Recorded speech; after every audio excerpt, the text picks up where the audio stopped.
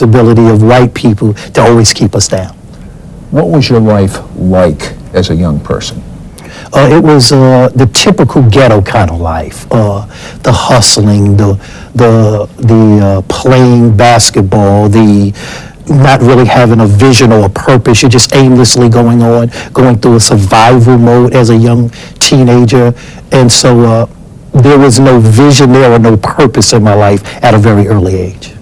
And if someone had said to you at that point, why do you hate the white people, your answer would have been?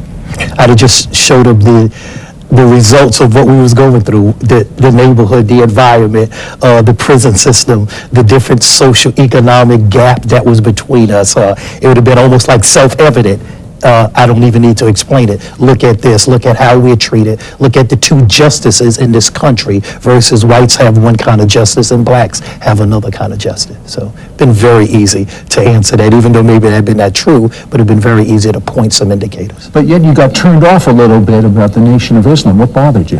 I don't know, that was an inner thing. It was some things were not connecting. As you begin to talk, as in like God not having a son. I didn't come up in a Christian home, but these things just started bothering me, just pondering. Did you ever read the Bible, go to church?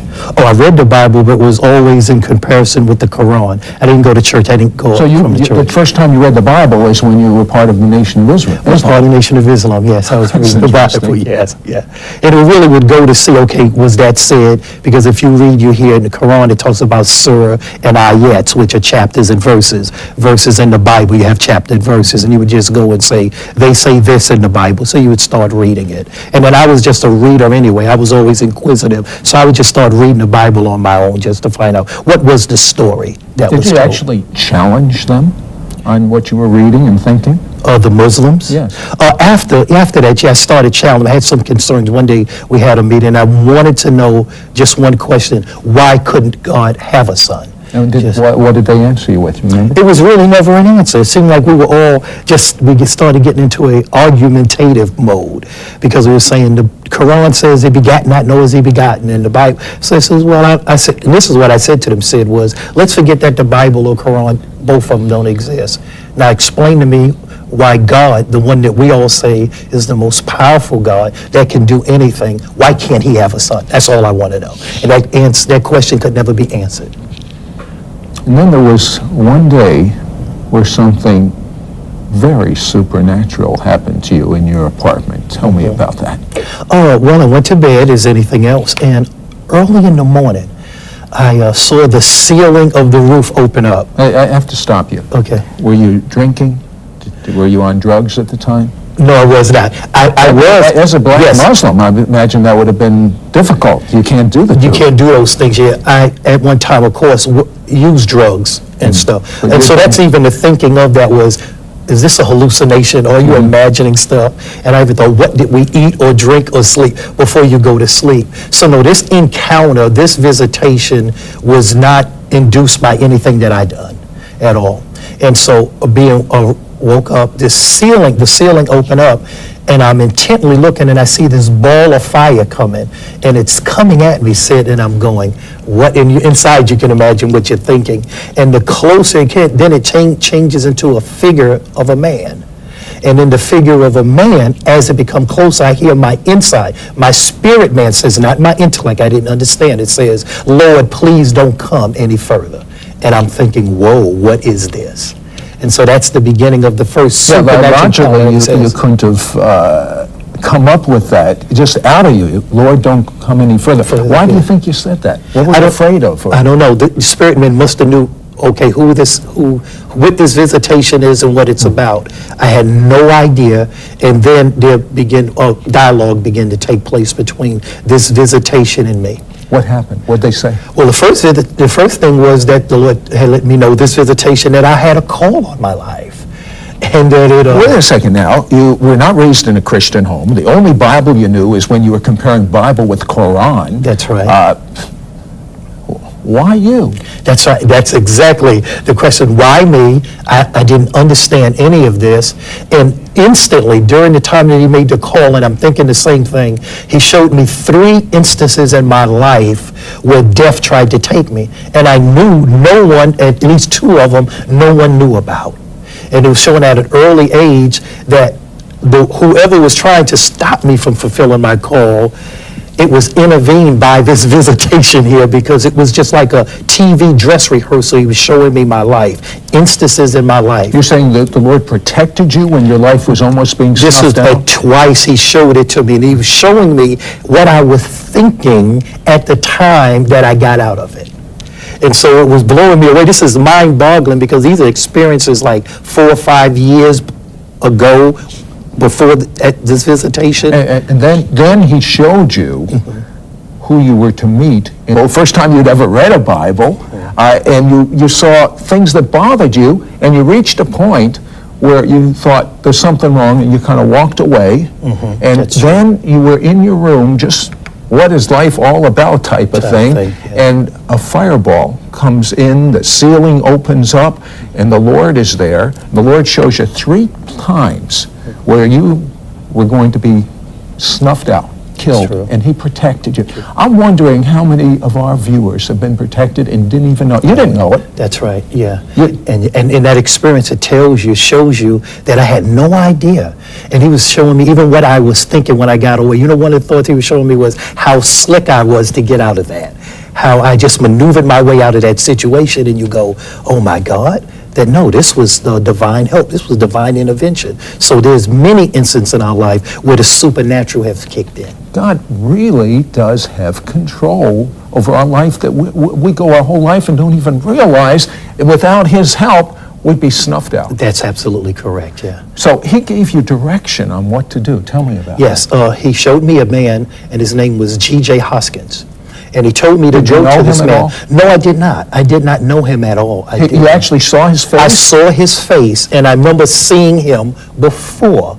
And then I found out that his name was George Hoskins. He was a bishop out of Raleigh, North Carolina. And he said, go to this man. He will help you to find the way. Because in the dialogue of the visitation with the Lord, one of the things I said was, Lord, I don't know the way. Because now I'm confused.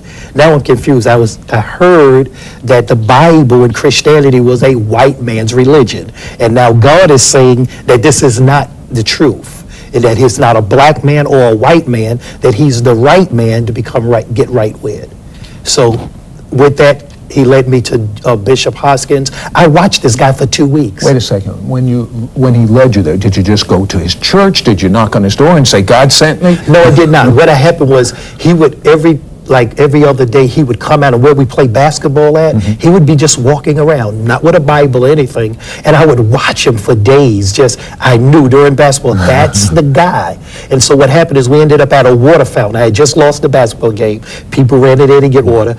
They left out, and how it is that intervention, him and I end up at the water fountain alone. And I tell him to go ahead. He says, go ahead. I say, go ahead. He says, go ahead. So I say, I'm going to go. So when I'm drinking the water, the visitation comes back very clear, because now this is 2.5 weeks later, said.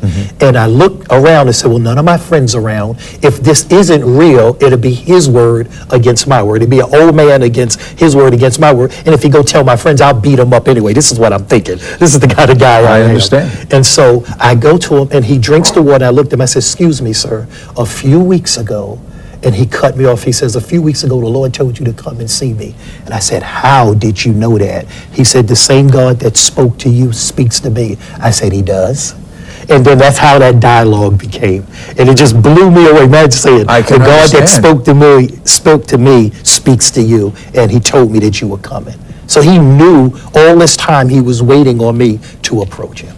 So still, you had not made this presence, the Lord or Jesus, you really didn't have a relationship with him outside of the fact he came to you. How did you develop your relationship with him? Every day for about 3 weeks, Bishop Hoskins and I would walk around.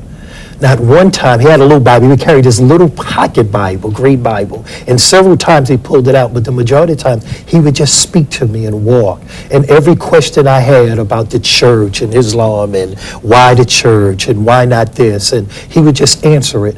And two things that happened, I was talking to him, and he asked me a question. He says, Aaron, he says, I'm going to tell you something that happened at the age of 14 years old in your life. And I looked at him. How did he know? That's what I'm saying. He did not know because we didn't meet until several weeks later. And so he said, the Lord showed me something that happened in your life. There's going to be another validation as that the Lord knows you personally. And he told me a secret that no one knew. I didn't share it with my mother. I didn't share it with no one. And I just looked at him and my mouth opened up. And then I knew then that this God is God. This is the God of the Bible, that he really knew all things about me. And what did this lead you to do? Then we were around the basketball game, and he was sitting beside me, and we were watching the guys play, and I was trying to get next. And he actually started to ask me to explain the basketball game, and I thought, all black men know the basketball. He did not, seriously. See how prejudiced I was even thinking. And he said, no. So I explained to him about two guards and a forward and a center. And you know his response to me he said, that's just the way angels and demons do in the realm of the spirit. And I looked at him and just, of course, I don't know what he's saying. But after that, about 5 minutes later, he asked me that I wanted to see Jesus as Lord and Savior. And I just looked at him and said, I think I do. And I received Jesus as Lord and Savior on a bench watching a basketball game. Did you instantly have a love for the white man when that happened? It erased this prejudice, this anger, this hatred that was there. It was as if the encounter with the Lord changes your whole heart perspective. So it just... Did you love the white man when that happened? As in love, when you say love it changed from a hatred at least to a consideration on maybe I've had a perspective or looked out a grid that was incorrect. Yeah, but that's fine. That's much better than where you were. That's right. But what caused you to honestly say you love the white man as much as the black man? Okay, this is what Can you happened. say that? I can say that. Oh, You can. absolutely. I can say that. And I think one experience changed that. I was doing my first sermonette about 6 months after this encounter with the Lord, and it was out of Luke 4. And I had wanted a watch, a certain kind of watch.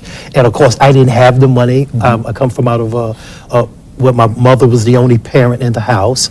And so I had prayed to the Lord in secret that I wanted a watch. Well, prior to me giving my sermonette, Sid, who comes up in this little circle? It's like in a community center, I'm giving my trial sermon.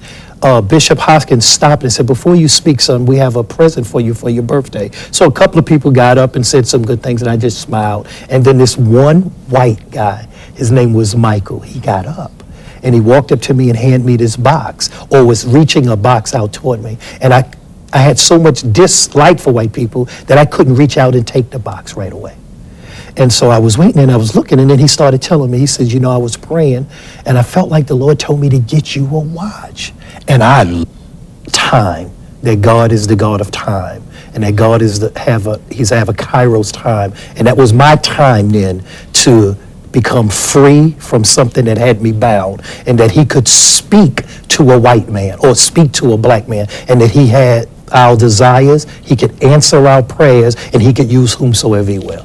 So my encounter with the supernatural came on like fast forward, coming right into the kingdom. Now, Aaron, you and I, this is the first time we've ever even met face to face. That's true. We talked on the telephone. Yeah.